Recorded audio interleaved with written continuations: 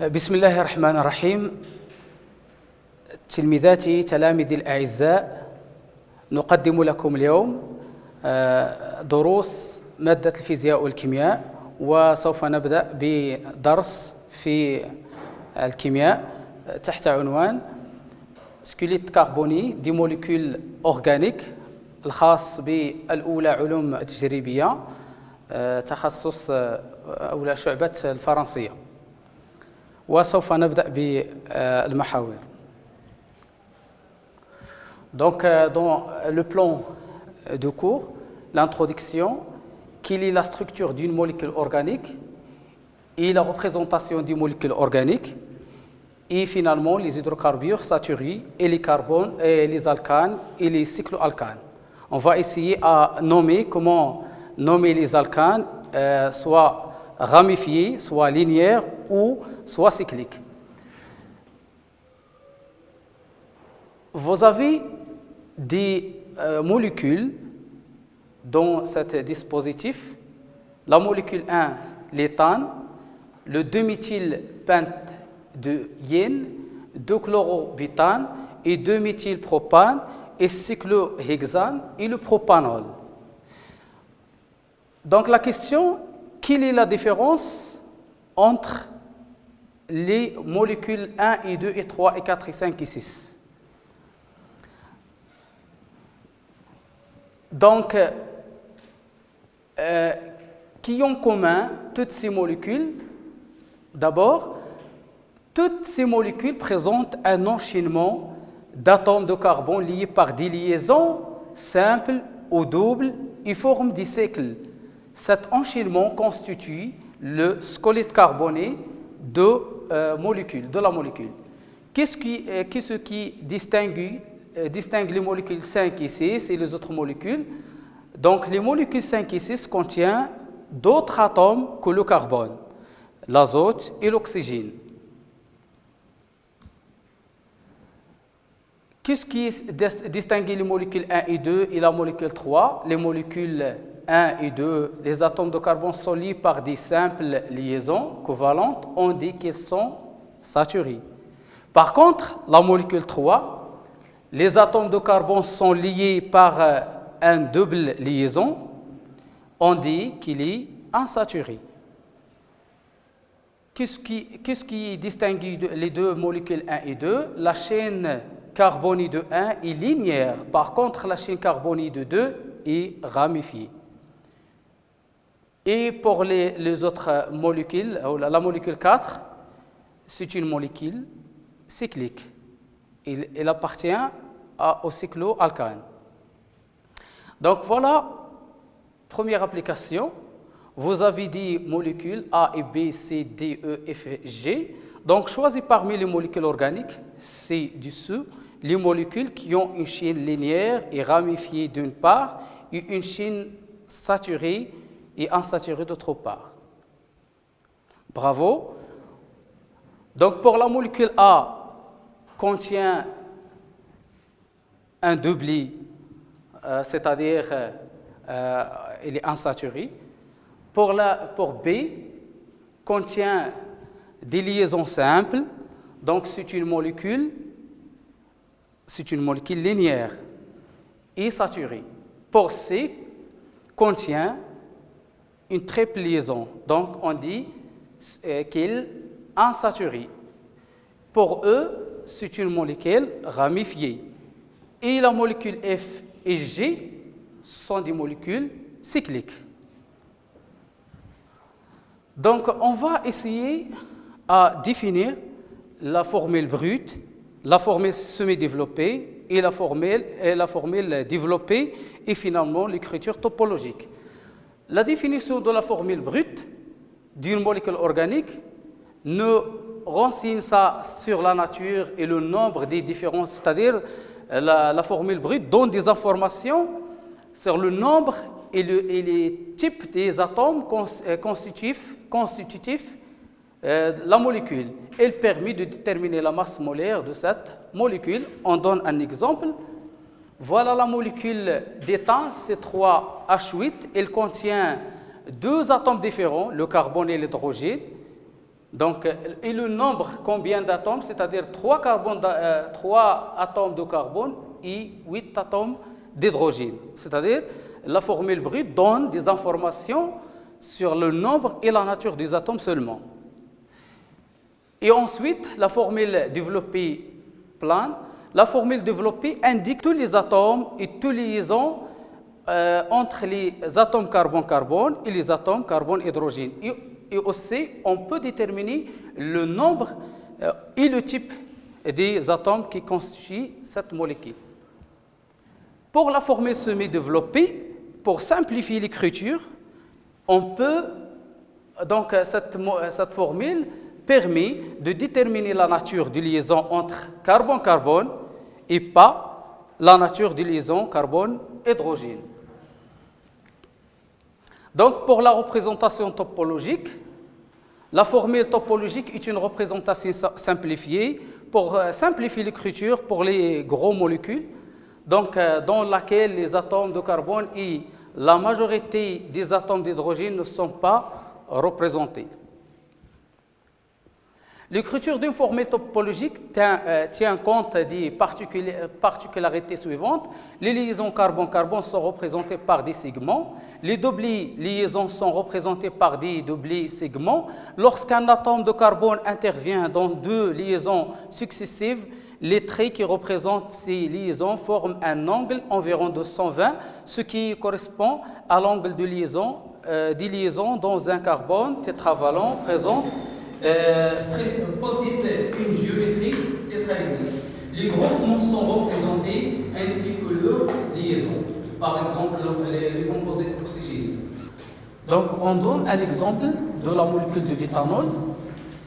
Donc on a l'écriture semi-développée de bétanol qui contient 4 carbones et un atome d'oxygène, c'est-à-dire le groupement fonctionnel.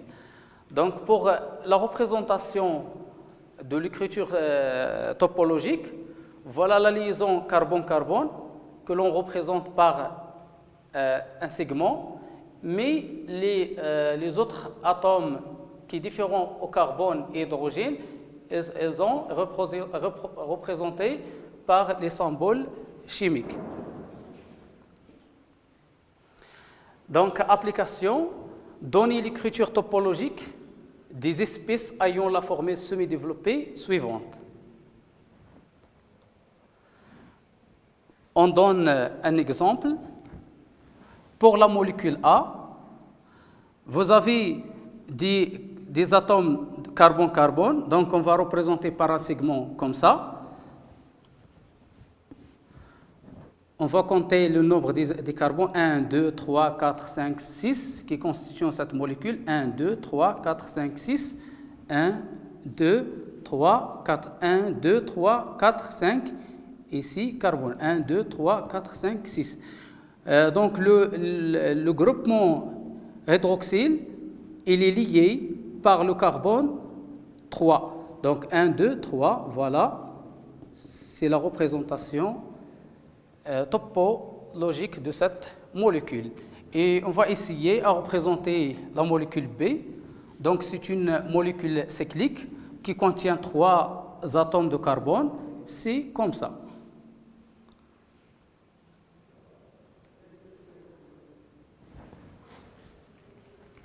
Et même chose pour les autres molécules.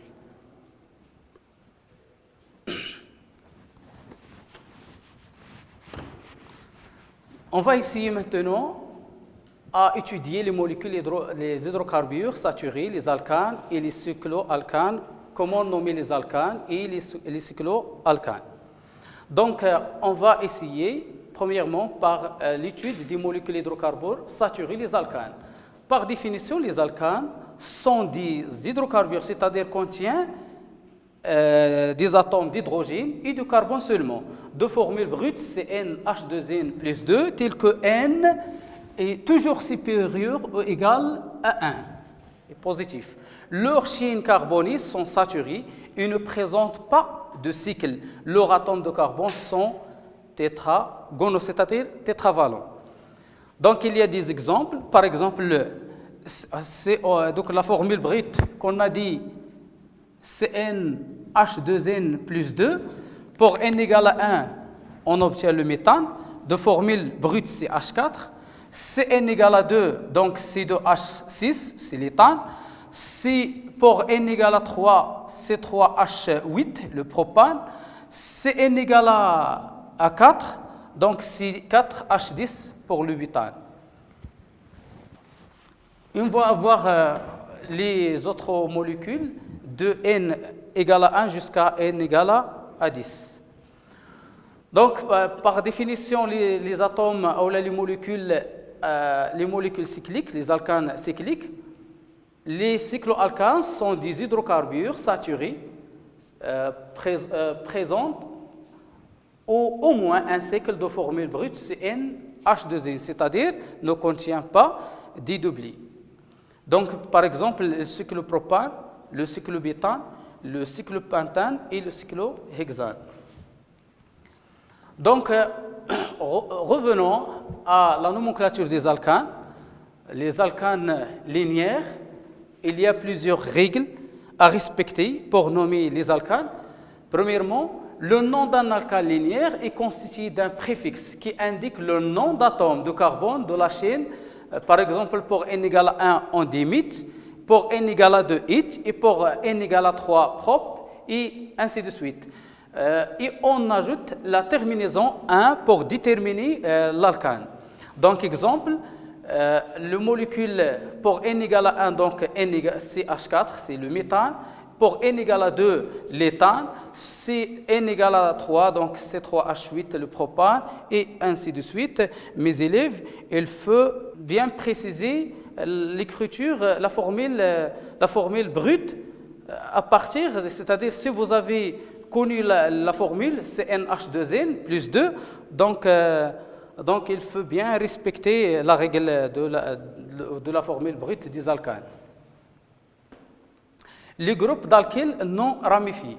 La règle 2, en retirant un atome d'hydrogène à un atome de carbone terminal d'un alkane linéaire, on obtient un groupe d'alkyles dont le nom s'établit en remplaçant la terminaison 1 par la terminaison YL. Un exemple, donc la formule brute pour les alkyles devient CnH2n plus 1. Donc, en retirant un atome d'hydrogène. Donc la formule brute devient CnH2n au lieu de plus 2, devient plus 1. Et la liaison de l'alkyle avec la chaîne principale. Par exemple, pour le méthane, elle devient CH3 et le nom, le méthyle au lieu de méthane. Donc on va remplacer la terminaison an par yl. Et pour l'éthyle, elle devient C2H5. C2H5 éthyle, propyle, butyle, etc. Je vous donne des exemples. Pour le méthane, donc il devient méthyle. Pour l'éthane, éthyle. Pour le propane, propyle. Et pour le butane, butyle. Les alcanes achines carbonées ramifiées. Pour nommer les alcanes achines carbonées ramifiées, il y a des règles aussi. La chaîne carbonée la plus, donc on va choisir la chaîne carbonée la plus longue et appelée chaîne principale. Son nombre d'atomes détermine le nom de l'alcane. Par exemple, si vous avez deux carbones, donc s'appelle éthane. Si vous avez 3 carbones, s'appelle propane, ainsi de suite. On numérote la chaîne principale de façon à ce que le numéro de premier atome de carbone porte une ramification soit le plus petite possible. La règle 3, le nom d'un alcane ramifié est constitué des noms des ramifications alkyles pris dans l'ordre alphabétique, précédés de leur indice de position et suivis du nom de l'alcane linéaire de même chaîne principale. Donc, je vous donne un exemple. Donnez le nom de l'alcane de formule suivante. Donc, l'alcane que vous avez est un alcane ramifié, c'est-à-dire contient des alkyles, des ramifications. Pour nommer cet alcane,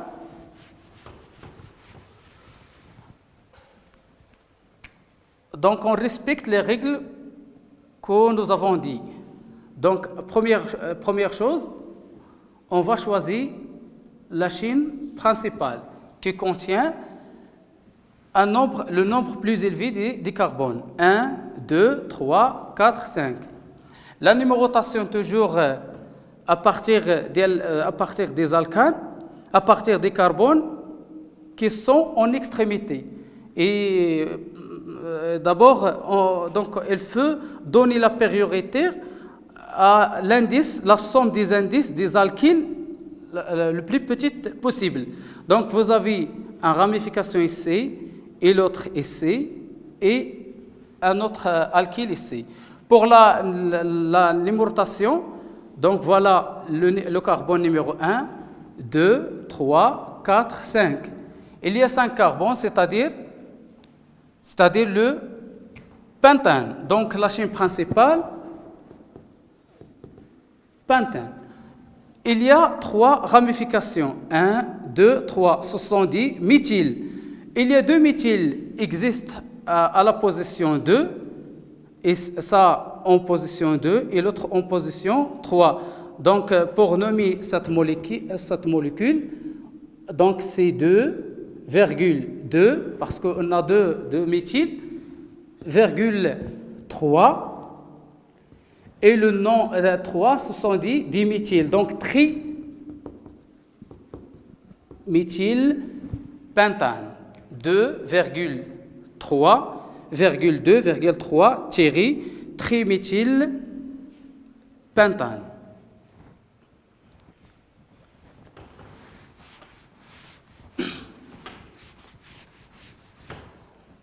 Donc voilà 2,3 triméthylpentane. Vous avez d'autres exemples à nommer. Donc voilà, c'est une molécule, c'est la molécule précédente qui contient 3 alkyles. 1, 2, 3, donc le nom 2, 3 triméthylpentane. La nomenclature des cycloalcanes, donc pour nommer les alcanes cycliques ou les cycloalcanes par le nom d'alcane précédé, donc on ajoute un préfixe cyclo. Par exemple, voilà, il y a 3 carbones, 1, 2, 3, c'est le propane, donc on précède le préfixe cyclo, donc cyclopropane, cyclobutane, parce qu'il y a 4 carbones, et c'est 1, 2, 3, 4, 5 carbones, c'est-à-dire pentane, donc cyclopentane et cyclohexane. Je vous donne maintenant un exercice pour appliquer les règles de la nomenclature des alcanes.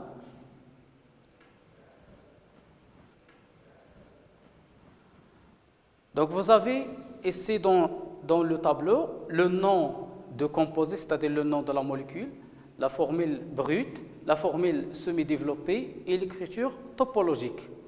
Vous avez la formule semi-développée de l'alcane. Donc, quel est le nom de cette composée? Et quelle est la formule brute? Et quelle est l'écriture topologique? Donc, le nom de cette composée, premièrement, c'est un alcane ramifié, contient une ramification. Donc, pour nommer cet alcane, on va choisir la chaîne carbonée qui contient 1, 2, 3, 4, 5 carbones, c'est-à-dire le pentane. Très bien. Et on a un alkyle au carbone numéro 2. Et ce n'est pas 1, 2, 3, 4. Donc la numérotation juste, c'est 2 méthyl. Donc 2 méthylpentane. La formule brute, on va compter le nombre des carbones, 1, 2, 3, 4, 5, 6, donc c'est 6, et le nombre des hydrogènes, on va respecter la règle ou la formule brute des alcanes. Donc c'est 6, H 2 fois 6, c'est-à-dire 12 plus 2, 14. 3, 3 plus 3, 6, 7, 8, 9, 10, 11, 12, 13, 14. C'est bien. Pour l'écriture topologique,